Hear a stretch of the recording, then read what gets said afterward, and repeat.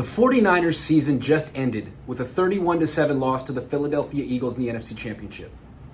Here are the 49ers grades for this performance. Brock Purdy, incomplete.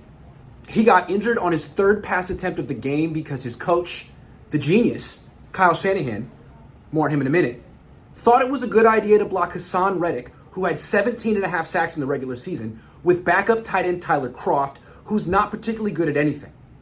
Kroft predictably whiffed, and Reddick caused a fumble, plus he knocked out Purdy from the game and gave him an injury that might require surgery. Purdy will have an MRI on his elbow tomorrow. If Purdy had stayed healthy, he very well might have beaten the Eagles. They did not play great. But Purdy got injured immediately, and then fourth-string quarterback Josh Johnson fumbled a snap, and the Eagles recovered, and that was checkmate.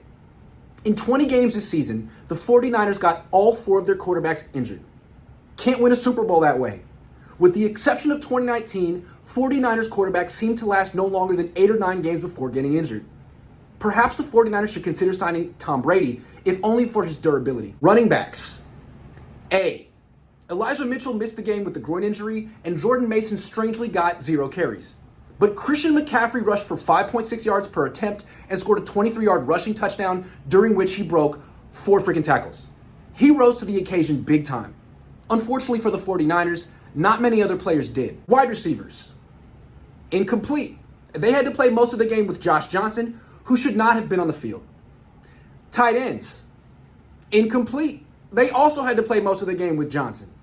Tyler Kroft also gave up the hit that injured Purdy, but the 49ers never should have asked Kroft to block Philly's best edge rusher to begin with. Offensive linemen. D. They gave up constant pressure all game, and Trent Williams got ejected after body slamming an Eagles defender. The 49ers must improve their pass protection this offseason because it's not championship caliber. Defensive linemen. D. They gave up 148 rushing yards and 4 rushing touchdowns. Nick Bosa also had 0 sacks for the 4th time in the past 5 games. He did not step up like the 49ers needed him to. And neither did anyone else on the 49ers defensive line. They still have to find a nose tackle to replace DJ Jones because Javon Kinlaw is not a nose tackle. They also need to find an edge rusher to replace D Ford, whom the 49ers still have not replaced. Linebackers. D. Dre Greenlaw had a team-high 9 tackles, but he also committed 2 big penalties, a face mask and an unnecessary roughness for repeatedly punching at the ball after the whistle. This was one of Greenlaw's worst games ever. Fred Warner suffered a stinger on the second play from scrimmage, but returned and recorded 8 tackles. Defensive backs.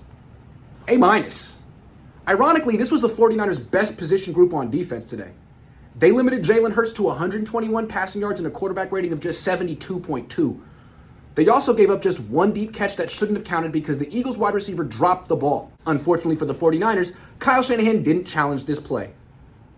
Travarius Ward was the star of this group as he broke up 2 long throws, but he also committed 2 penalties that gave the Eagles automatic first downs. Special teams. A. They gave up a 29-yard kickoff return to start the game, but otherwise played well. Coaches. D.